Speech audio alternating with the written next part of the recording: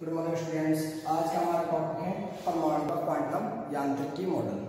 देखो इसमें हम ज़्यादा कुछ नहीं पढ़ेंगे क्योंकि हमारे एनसीईआरटी में गिवन है, यहाँ से प्रश्न बहुत ही कम होता है और हम इसको शॉर्ट में डिराइव करेंगे। तो सबसे पहले इसमें देखो क्या किया जाता है, ये एक सैद्धांतिक विज्ञान है। क्वांटम यांत्रिकी क्या सैद्धांतिक विज्ञान है। इसमें क्या किया जाता है, अति सूक्ष्म गतियों का अध्ययन किया जाता है। अति सूक्ष्म गतियों का अध्ययन किया जाता है।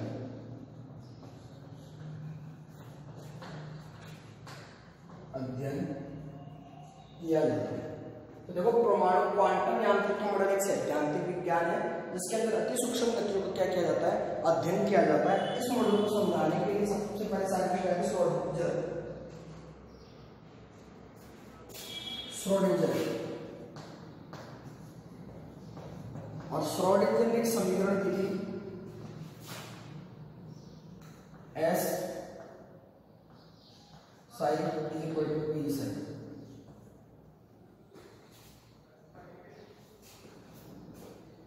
इसको हम बोलते हैं तरंग फलन। ये हमें बताती है कि इलेक्ट्रॉन की प्रोबेबिलिटी पाए जाने की संभावना कितनी है। ये हमारे पास होता है ऊर्जा और ये हमारे पास होता है हैमिल्टोनियन ऑपरेटर। हैमिल्टोनियन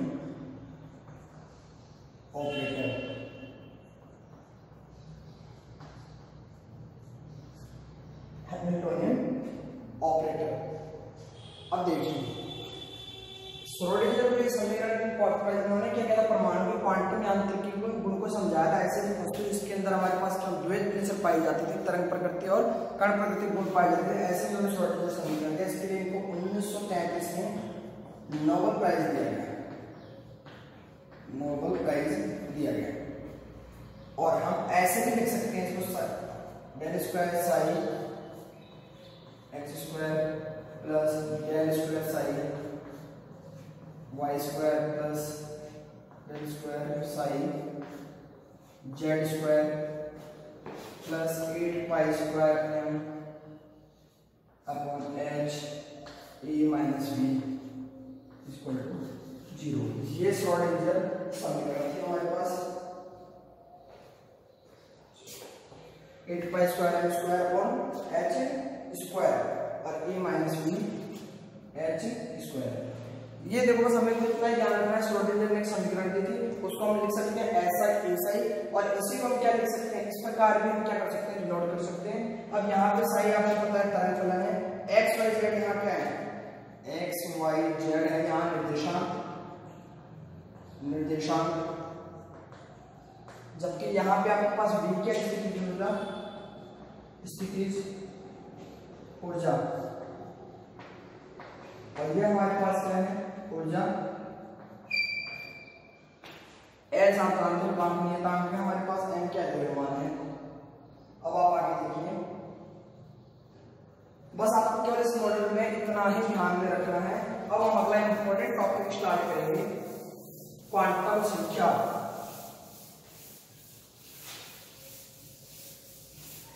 क्वांटम संख्या, क्वांटम संख्या बहुत ही इंपॉर्टेंट टॉपिक है, क्वांटम संख्या। तो देखिए क्वांटम संख्या क्या होती है, परमाणु में उपस्थित कक्षकों में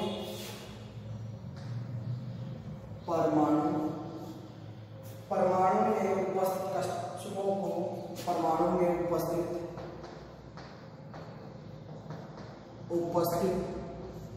कक्षकों की आकृति आकार और अभिविन्यास अभिविन्यास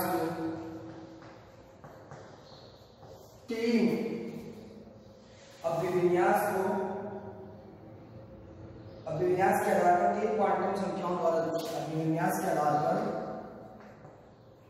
पर तीन क्वांटम संख्याओं द्वारा दर्शाया जाता है। तीन क्वांटम संख्या कौन कौन सी, एन एल एम, बताऊंगा कि क्या होता है एन एल एम द्वारा दर्शाया जाता है, द्वारा दर्शाया जाता है। प्रत्येक इलेक्ट्रॉन को चार क्वांटम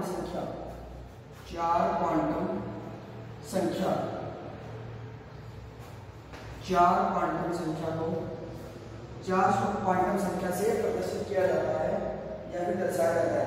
चार क्वांटम संख्याओं कौन कौन सी, एन एल एम और एस के समुच्चय से दर्शाया जाता है,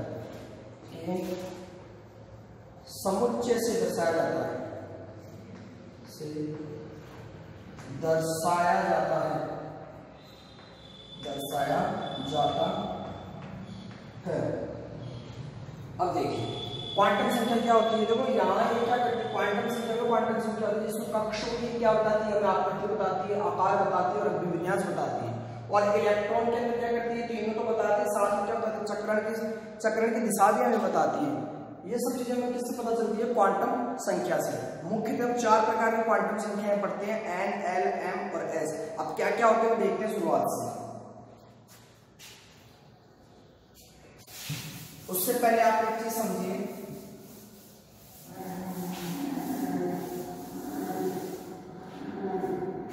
ये देखिए, मान लीजिए आपके पास क्या है, नाभिक, ये आपका क्या है, फर्स्ट ऑर्बिटल, सेकेंड ऑर्बिटल, ये आपका थर्ड ऑर्बिटल, ये आपका फोर्थ। ठीक है, इसको हम क्या बोलते हैं, नाभिक। और ये जो आपको दिखाई दे रहे हैं इसके राउंडेड नाभिक के चारों तरफ, इसको हम क्या बोलते हैं, कक्ष, कोष या ऊर्जा स्तर। कोई भी नाम ले सकते हो, कंफ्यूज नहीं होना है आपको, एक ही बात है। अब आपके जो कक्ष होते हैं वो उपकक्ष से मिलकर बने होते हैं, उपकक्ष, ये उपकोष से मिलकर बना होता है, उपकोष, और ये किससे बनेगा, उप ऊर्जा स्तर से मिलकर बना होता है, उप ऊर्जा स्तर से मिलकर बना होता है। अब मैं बात कर लेता हूं आपको उपकोष की। तो उपकोष आपके चार प्रकार के होते हैं, एस पी डी एफ।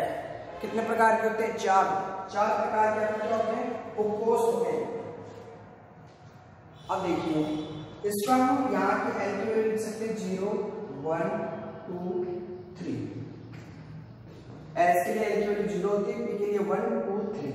ठीक है, अब देखिए आपको मैं आपको एक ही चीज क्लियरली बताऊंगा, देखते जाना है आपको। देखो मान लीजिए आपके पास ऊर्जा स्तर है, मैं मान लेता हूँ ये के है, ये एल है, ये एम है, ये एन है, आदि होती चलते हैं। इसको नंबरिंग तो 1 2 3 4। तो एन की वैल्यू कितनी आ गई, 1 2 3 4। ये हमारे क्या है, ऊर्जा स्तर है, दोनों के दोनों। हमने नंबरिंग से काउंट डिनोट कर दिया। अब देखिए यहां में बात कौन सा यहाँ क्या रहेगा, एस, यहाँ पे एस ऑर्बिटल में रहता है और क्या रहता है, पी में रहता है। यहाँ क्या रहेगा, एस पी और डी तीनों में इलेक्ट्रॉन रहेंगे। और यहाँ क्या हो जाएगा, एस पी डी एफ।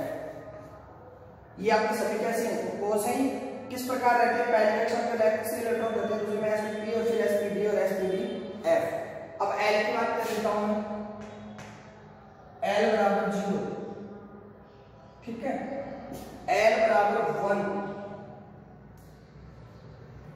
अब यहां रहेगा एल बराबर 0 1, एल बराबर 0 1 2, एल बराबर 0 1 2 3। इस प्रकार हम बढ़ते हुए चलते हैं एल में।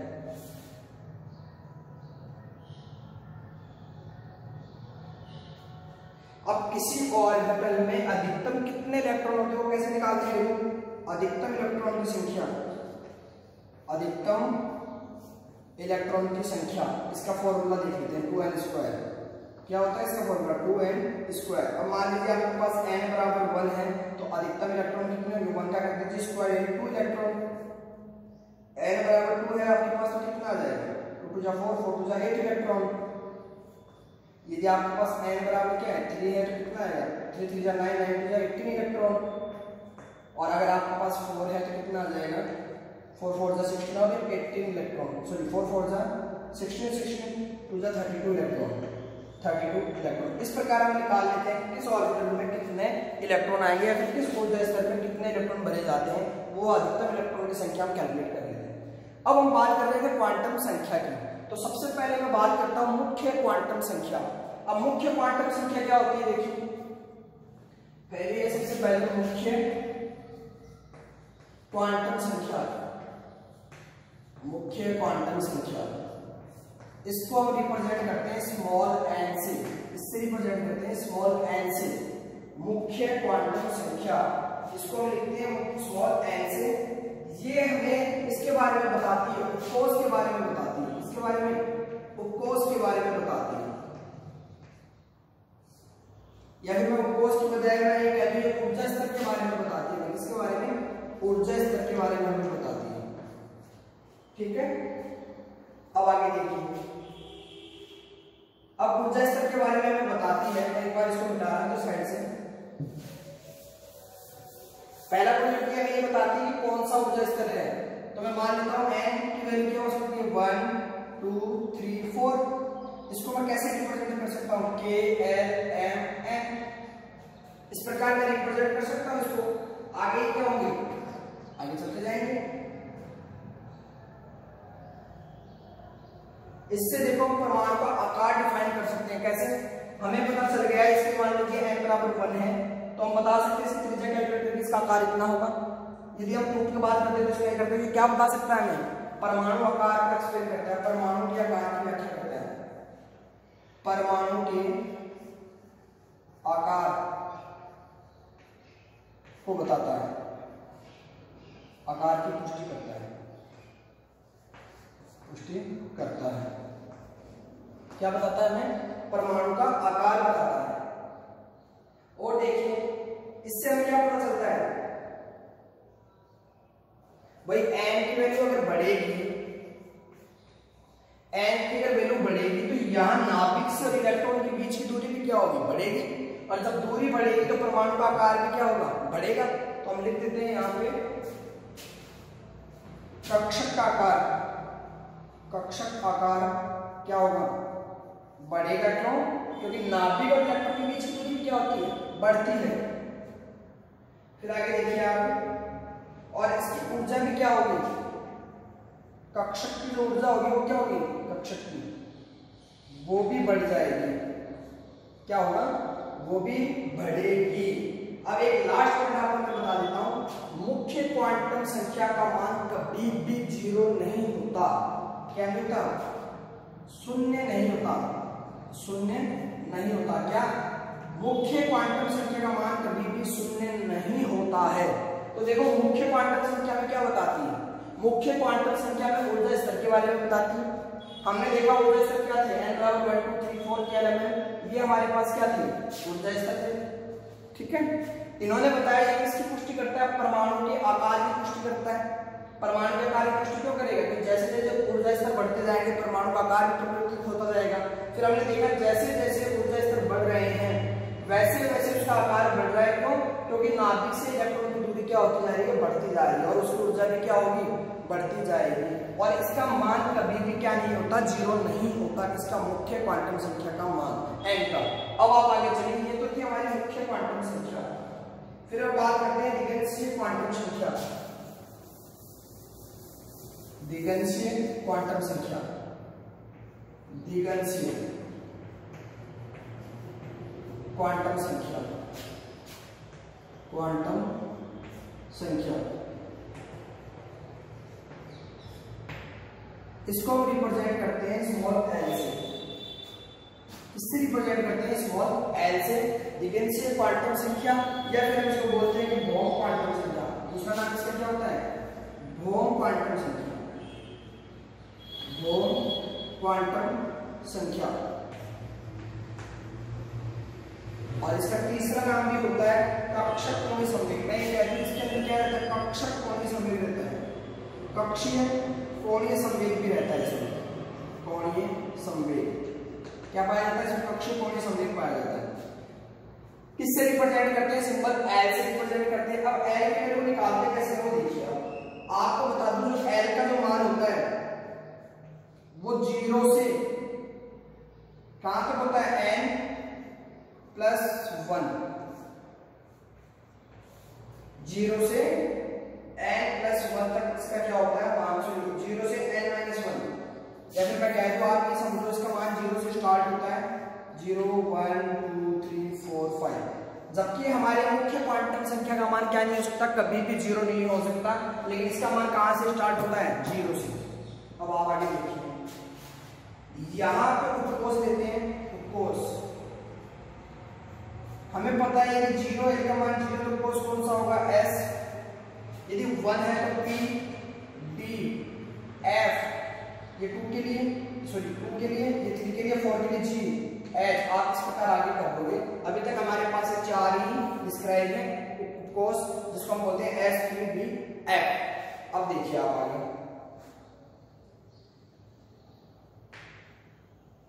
अब मैं बात करूंगा कि एल का मान निकालते कैसे।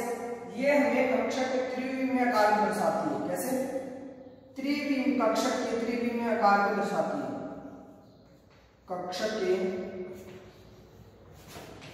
त्रिविमीय आकार को दर्शाती है। आकार को दर्शाती है। सबसे बड़ी बात इसकी कि जो दिगंशीय क्वांटम संख्या है वो हमें उपकोष के बारे में बताती है। किसके बारे में बताती है? उपकोष के बारे में बताती है। जब भी आप दिगंशीय की बात करो आपके दिमाग में क्या आना चाहिए? उपकोष ध्यान में आना चाहिए। S P D F। अब देखिए आप,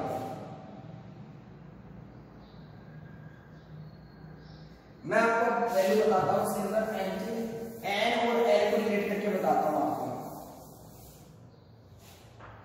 देखिए मान लीजिए आपके पास n की वैल्यू क्या थी? 1 3 2 3 3 3 4 थी। l की वैल्यू आपके पास आपको सबको पता है कितनी है? 1 की जगह 0, 2 की जगह क्या आ जाएगी? 1 0 1, और यहाँ क्या आ जाएगी? 0 1 2, यहाँ क्या आ जाएगी? 0 1 2 3, ये 4 में इक्वल आ गई। स्टार्ट कहां से होती है? 0 से। n की वैल्यू कहां से स्टार्ट होती है? 1 से। अब देखिए उपकोष के सिंबल देखते हैं। उपकोष सिंबल,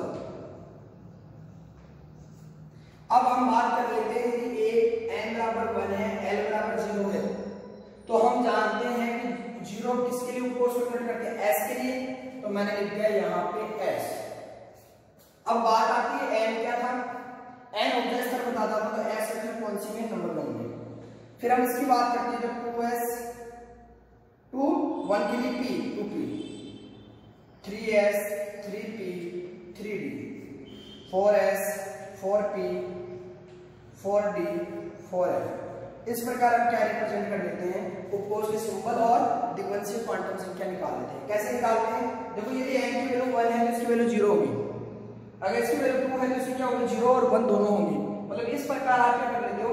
इसकी दिग्वंशीय क्वांटम संख्या कैलकुलेट कर लेते हो। और आपको एक चीज बता देता हूं, आपके पास 4 उपकोष के s p d f, इसमें 2 इलेक्ट्रॉन भरे जा सकते हैं मैक्सिमम। इसमें कितने? 6 इलेक्ट्रॉन, इसमें 10 इलेक्ट्रॉन, और इसमें कितने होते हैं? 14 इलेक्ट्रॉन भरे जा सकते हैं। और आप देख भी सकते हो, एक एक्स में 2 भर सकते हो। इसमें कितने भर पाओगे? 6 भर पाओगे। इसमें 2 भर पाओगे। वो आगे मैं आपको बताऊंगा जब हम क्या पढ़ेंगे, इलेक्ट्रॉनिक कॉन्फ़िगरेशन या इलेक्ट्रॉनिक विन्यास हम जब हम पढ़ेंगे, तो वहां पे आपको बताऊंगा कि क्या होती है दिग्वंशीय क्वांटम संख्या, कैसे यूज होता है। फिर मैं आगे चलता हूं।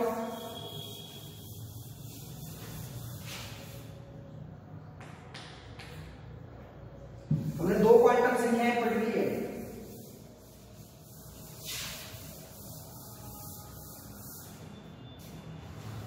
तीसरी है मैग्नेटिक या चुंबकीय क्वांटम संख्या। चुंबकीय क्वांटम संख्या, क्वांटम संख्या, इसको हम रिप्रेजेंट करते हैं स्मॉल m से। किससे रिप्रेजेंट करते हैं? स्मॉल m से। अब देखिए आप इसकी वैल्यू क्या होती है? -l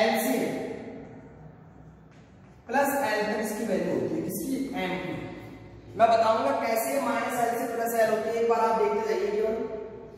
देखिए मान लीजिए आपके पास एल क्या है, उपकोष है, और वो भी क्या था हमारे पास, एस पी डी एफ, उपकोष से जोड़ करते थे एल को। फिर हम बात करते हैं इसकी, देखो ये हमें बताती है कक्षकों की संख्या के बारे में, कक्षकों के बारे में बताती है।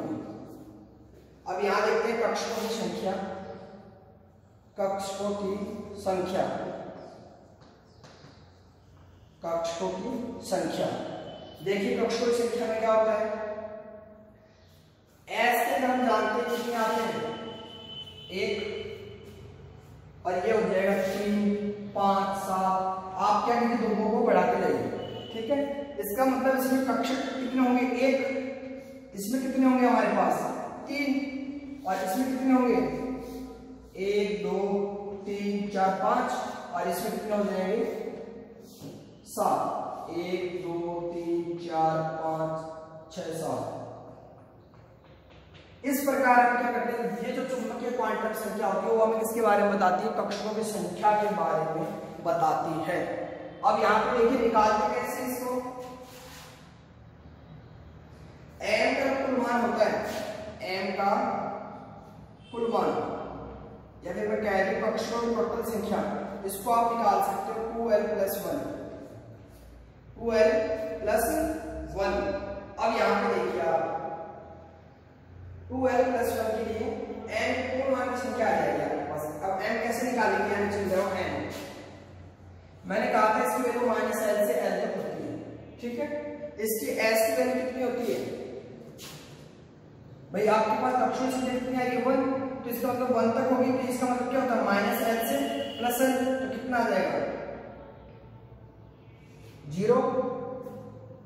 अब 0 कैसे आ जाएगा, यहां पे अगर हम बात करें n की वैल्यू की, तो n की वैल्यू कितनी होती है 1 2 3 4, तो n की वैल्यू कितनी है, n की वैल्यू 1 है, तो n की वैल्यू 1 आएगी तो कितना आ जाएगा इसमें, यहाँ पे 0, 1 हो गई उस क्वांटम संख्या।